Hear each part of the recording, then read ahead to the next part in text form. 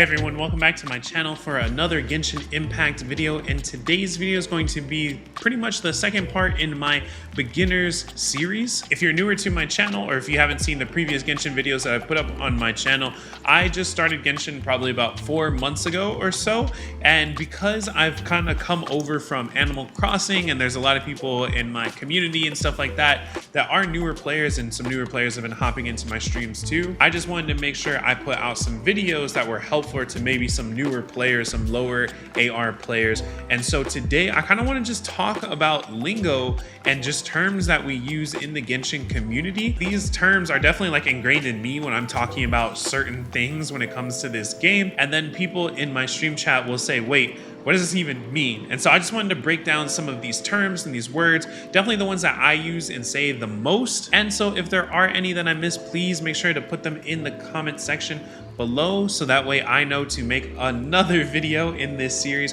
with some updated lingo and terms. And I just want to say, if you are a newer player and you didn't see part 1 of my beginners tutorial guides, I'm going to have a card up at the top so you can go ahead and check that one out yourself. And real quick before I get into it, please make sure to like, comment, and subscribe. It really just does go a long way in helping out the growth of my channel. But let's just go ahead and get into some of these terms. So the first term that I want to talk about is DPS. This is going to be something that you hear very often. Along with DPS, you're probably going to hear things like main DPS, sub DPS. You might also hear things like physical DPS or burst DPS. So basically, just to run it down, DPS stands for damage per second. And pretty much what that means is just how much damage you are applying over time. And so your main DPS is going to be pretty much the character that you main. So you might hear me say I'm a Zhongli main, and that's because I've built this character to be my main damage dealer. He's the one who's on the floor most of the time doing damage. And like I mentioned, something else that you might hear is sub DPS. Basically, that means your secondary. So it's not your primary, it's not your main DPS, but this is going to be your secondary DPS, your sub DPS. So it's pretty much the character who's doing also some pretty high damage numbers, but they're not going to be on the floor as much as your main DPS. Usually you swap them in for a little bit and then you go back to your main, or you swap to some supports, which I'll get into that also here in a second. So the other term that I mentioned is physical DPS. What this kind of refers to is like the different elements and the characters that we have. So we have a couple different attack patterns, right? As you've probably noticed if you played before, every character is assigned an element and you can do damage with those certain elements. But you also have your normal attacks, and those are what's considered your physical attacks. And there are ways to build characters, which I'm also going to get into builds here in a second. But there's different ways to build characters so that way they do high physical damage instead of just doing their elemental damage. And to dumb it down just a little bit, basically when you're out fighting things, you'll see different colors of numbers that show up when you're doing attacks. You might see numbers that are a color, and that color is representative of the element that is doing that damage. But you might see white numbers, and those white numbers are the physical damage numbers that your character is doing. Now, alongside with DPS, with characters, you might also hear the term support, and these are going to be, as you can probably put together, your more supportive units, ones that are like healers, or they're just out there to apply certain elements for certain elemental reactions. Pretty much they don't see the floor all that often. They're really there for utility's sake and for like general synergy when it comes to your team. Also, you might hear something like burst support, which similar to burst DPS, is just the same thing. You're swapping them in for support, but that support is coming from their elemental burst. And talking about elemental burst, that's going to go ahead and segue into the next section that I want to talk about, and those are E's, Q's, and N's. Now, when you're playing the game, you might hear something like E, Q, N, etc. What those are referring to are your different attacks and attack patterns that you have. As you probably know, if you've played at all, you pretty much have 3 kind of attacks. You have your regular physical attack that I mentioned is the white numbers that show up. And then you have your elemental skill and you have your elemental burst that I mentioned. Now, N is going to refer to those normal attacks or those physical attacks. You actually don't hear this often said too much, but I have seen in some guides and some videos talking about do an N4, and that pretty much means for like a rotation or for a combo maybe that you're doing 4 normal attacks. So that's N, but let's go ahead and move on to E.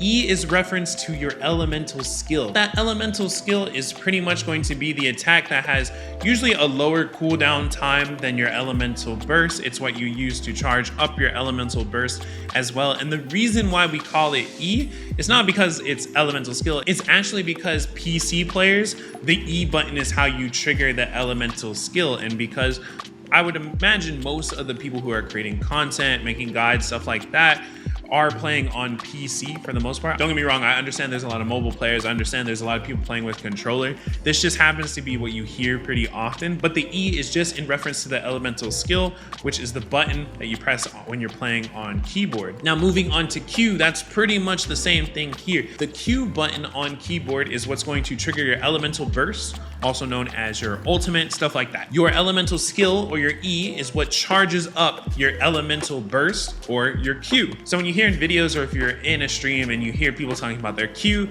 that's just in reference to their elemental burst. Now, very quickly, I'm just gonna go ahead and show it to you. If I go to a character screen, basically to run this down, if you go over to talents, what you can see here on the right-hand side, as you can see right here, this is normal attack. So that would pretty much be your N. The second line is always going to be the E, or the elemental skill. And then usually the third line, sometimes it's the fourth, depending on the character. This is going to be that Q, or the ultimate, which is also known as your elemental burst. Quick side note, if you're a newer player, make sure to read and understand what each one of these does, so that way you're getting the best attack and the most out of these attacks when you do them when you're playing. I have a couple friends, I'm not gonna name who they are, but all they knew about Xingqiu's E was that it does an attack, but what they didn't know is that over a duration of time, it's actually going to heal whatever character is on the floor, which is extremely helpful and definitely changes up some gameplay aspects. So now that we know what E, Q, and N stand for, I wanna go on to one other thing that is talked about a lot in the Genshin community, and that is builds. And what are builds and how are builds made, right? Now, a build for a character is dependent on a few things. One, it's dependent on whether or not they are a DPS, a main DPS, physical DPS, or a support, or a burst support, or all those things that I mentioned in the first section. So that's how you kind of categorize a build, but what makes up an actual build itself is kind of dependent on the character, along with the weapon that you choose, and also the artifacts that you put on them. And I'm not gonna go too far into artifacts. I kind of touched on this in the last beginner's video, but hey, if you're under AR 40, really, if you're under AR 45, like I really wouldn't worry about artifacts too much, really until you hit AR 45. The quick reason for that is because at AR 45 is when guaranteed 5-star artifact drops start happening when you do domains and when you start doing bosses. And I would say really focus on leveling up talents, leveling up and ascending your characters before you get too much into artifacts when you're not able to get the 5 stars, because these will replace your 4-star artifacts, your 3-star artifacts. So don't really worry about raising those. I would say maybe understand what sets do, like right here over on the right hand side, you can see that I have two 2P set bonuses, and that's because I'm using 2 artifacts from the Noblesse Oblige set over here, as well as 2 pieces from the Heart of Depth set, and because I'm using those, I get these increases to my damage. This one for Elemental Burst, this one for my Hydro. And pretty much to give you an example, this is a support built Xingqiu, and the reason why he's a support is because, as you can see, he's only level 70 out of 80 right now. You usually don't take all of your supports up to like way higher levels. That's usually reserved for your mains, so that's why he's sitting at level 70 out of 80 right now. His weapon is the Sacrificial Sword, which is an energy recharge weapon, because I pretty much don't use him on the field very much. I want high energy recharge for him because his Q, his ultimate, or his elemental burst, is incredible because it's able to do off-field damage. I don't need to have Xingqiu on the field. I can just swap into him, use his Q, and the effects of his Q are still going to last even if I switch off of him and use another character. And that's why I really like him. And as you can see right here, it's because if I look at the Q here, it says your active character's normal attacks will trigger consecutive sword rain attacks dealing hydro damage. So he's able to apply that hydro damage even when I don't have him on the field when I use his Q. And if I go to his artifact set here, as you can see, the Noblesse Oblige 2-piece, what it's going to do is going to increase elemental burst damage. So when I use his Q, that's going to increase the damage of it by 20%. And then with the Heart of Depth set, I'm able to get an extra 15% to hydro damage. And since he's a hydro character and his burst is doing hydro damage, is going to even further increase that, which is the reason why I have this built out for him. And he's a support because he doesn't see the field very often, but is a very crucial part of my team. So on the topic of team, let me just go ahead and tell you another word that you might hear that's often said in the Genshin community, and that's the word comp or comps, and that stands for composition. And pretty much what that means is your team. It means your team composition. So basically, if I head out of here, what you can see on the right hand side is I have Zhongli, Chongyun, Xingqiu, and Kazuha. So that's my current comp. And if I go into my party setup in here, you can see all 4 of them lined up. And I'm not gonna go too far into actual comp and team building right now, but I can do that for a future video. But basically this team is set up all to kind of boost each other. For the typical Genshin player, you might look at this team and you might be like, wow, this is a team full of supports. But because of the way that I've invested into my Zhongli, he actually becomes my main DPS and kind of in certain situations functions as a burst DPS. Now the rest of them are all here to boost each other with elemental reactions and buffing each other with different attacks. Kazuha over here is the newest addition to my roster, and he is definitely seen mostly as a support character, but I love the dude. I love his design. I love the way he functions. And I like to have him almost out on the field as much as I do Zhongli. So I actually built him as a sub DPS. And so that kind of works with the comp that I have here, because I have my main DPS in Zhongli, I have a sub DPS in Kazuha, and then I have my 2 supports in Xingqiu and Chongyun. And don't get me wrong, he's not a full-on healer, but I do get some healing with Xingqiu in case I do need it. Okay, the next term I want to talk about, I actually touched on in my last beginner guide videos. So I'm not going to go over that too much, but it has to do with C's and R's, and basically that has to do with a character's constellations and a character's weapon refinement. So I'm going to go ahead and show you what I mean by that. So if I go into the details of Chongyun here, if I go to his constellations, you can see that I have all of his constellations built out. Actually, my face is covering it, so I'm going to go ahead and move down my camera for a little bit of time. But as you can see here, I have all of the constellations for him. And pretty much what this means is that I have pulled a total of 7 copies of Chongyun here. You have the original one, and that's what starts you off at C0, and then I pulled 6 more, and that's how I have C6 here. And now what these basically do is it unlocks certain abilities behind pulling multiple copies. So as you can see here, the C1 says the last attack of Chongyun's normal attack combo releases 3 ice blades. Each blade deals 50% of Chongyun's attack as cryo damage to all opponents in its path. And each one of these constellations are going to give me a new ability. So pretty much when you hear, oh, C6 Chongyun, from me, this is what I'm referring to, that he has 6 constellations on him. And then really quickly moving on to the R's, that has to do with the refinement of a weapon. So as you can see, I have this weapon here. Right under the level of the weapon, I have refinement rank 1. And so pretty much refinement, meaning R, is 1. I'm not even gonna go ahead and try to pronounce the name of this claymore here, but I have this claymore at refinement rank 1. And if I go ahead and switch it out, you can see like the Favonius Greatsword here has a refinement rank of 3. So this would be an R3 Favonius Greatsword. So if you hear an R, it has to do with how many copies of a certain weapon that you've got. Weapons do start at R1, characters with their C's start at C0, just FYI. So that's kind of wrapped up with most of these characters. Moving on to another term that you might hear a lot is the term whale. I don't know the full details on like where exactly the term whale necessarily came from, but pretty much what that means is someone who spends a lot of money on games that are typically, you know, free. Now, what you consider spending a lot in this game varies from what maybe I consider spending a lot and what the next person does too. So you might also hear things like low spender, a dolphin, which is like a mini whale. You might hear giga whale, which is someone who spends an insane amount of money on this game. And then you might also hear F2P, which stands for free to play. And those are people who have spent absolutely no money on this game at all, which hey, if you haven't spent a dime on this game, shout out to you. Now, just real quick, you might hear a term that is whaling, and that has to do with this. It's just in terms of spending a lot of money. So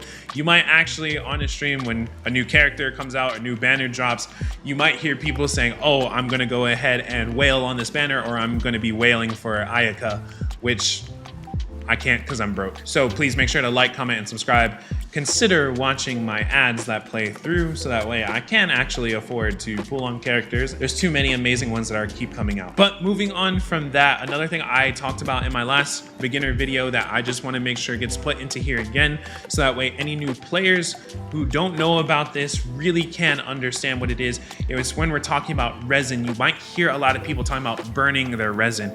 Basically, if I go into my map, you can see right here this moon symbol, and then right next to it says 42 out of 160. This is your resin. When you have 160 out of 160, that means your resin is capped, and you don't want that. This is essentially the energy amount that you have to spend on things. If I go to like domains here, as you can see, if I wanted to actually claim the treasure after beating this domain, I have to use 20 resin for this. That's on the lower side, but if you look at like a boss, like the cryo registine here, to collect the treasure, it takes 40 resin. And then there are some things that take 60 resin to claim. I cannot stress this enough, especially for new player.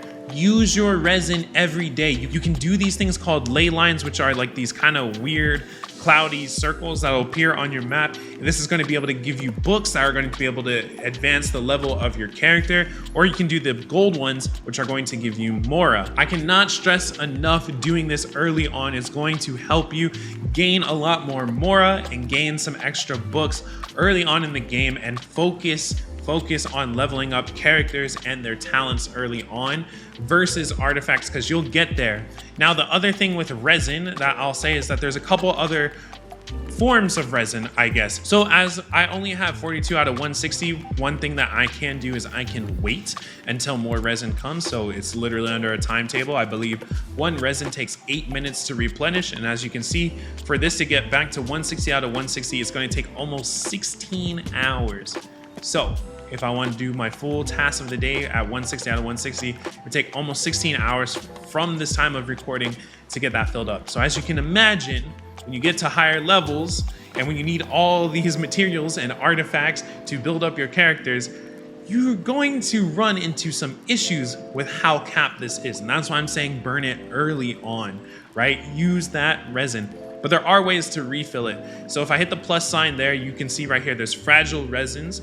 These fragile resins you'll get through different ways. Sometimes via quests, sometimes you'll get them from your adventure rank leveling up. I believe sometimes you might also see them in chests. And what that's going to, if I use one, you can see it's going to use this item to attain 60 original resin. So if I use one of these 10, that's going to give me 102 out of 60. So that way I can keep on playing. Quick note, I gotta say, don't be hearing this and being like, okay, well, he's telling me to burn my resin every day. I'm a new player, so I'm just gonna use these every time so that way I can use them. No, save these. I'm telling you, early on, save these. I used a lot of these early on and I really regret it. I used these when I was like even in the AR 40s and I regret it. I should have waited until I was AR 45 to use these, because I'm going to need these to be able to grind for the better artifacts later on in the game when I actually need them. I would not recommend using these early on. You can if you want, I guess, but all I'm gonna say is don't use them. Save them for as long as you can. When you're early on, there's so much to do in terms of other quests and just general exploration. Burn your 160 resin per day, but I highly suggest you don't really use your fragiles early on in the game if you're a new player. But remember, it's your game, have fun, do what you want to do. And that's pretty much going to sum up resin. The last term that I want to put in here that you're going to hear me say a lot, and that's the term OONGA BOONGA. Now, this term might make a lot of sense for some, and for others you're like, what in the heck does this mean? OONGA BOONGA essentially means a whole lot of damage. I specifically say OONGA BOONGA in reference to my main DPS Zhongli, and it's because of the amount of damage I'm able to do with his Q, and basically because of the way I've built my Zhongli, I'm able to do a ton of damage. And when I do big damage on this game, Just as a joke, I like to say it's OONGA BOONGA damage. And I'm not sure who started saying that, but I heard it once from a friend and I couldn't stop saying it, specifically in reference to my Zhongli. But I also tell other people, ooh, they're doing OONGA BOONGA damage when they're doing high numbers, just in general. So these are going to be the things that you hear me say in future videos and also my streams if you want to come and check it out. It's a good time, twitch.tv/RichardOriginal. I stream every Monday, Wednesday, and Friday, and I try to sprinkle in a couple extra streams per week here and there. So I hope you enjoyed this video, and if there's any other things that you hear some content creators say or you hear me say on streams or in videos and you want to know what they mean, go ahead and let me know in the comment section and I'll do a follow-up video for this as well. But that's gonna do it for this one. I'll have some more guide content for beginners and maybe starting to do some more advanced and mid-tier guides as well. Thanks so much for watching. Please make sure to like, comment, and subscribe if you haven't already. Huge shout out, as always, to my channel members. It's because of you and your continued support that I can continue to create content like this on this channel. If you want to support the channel directly by becoming a member, just hit that join button next to the subscribe. Thanks so much for watching, and I'll see you all in the next one.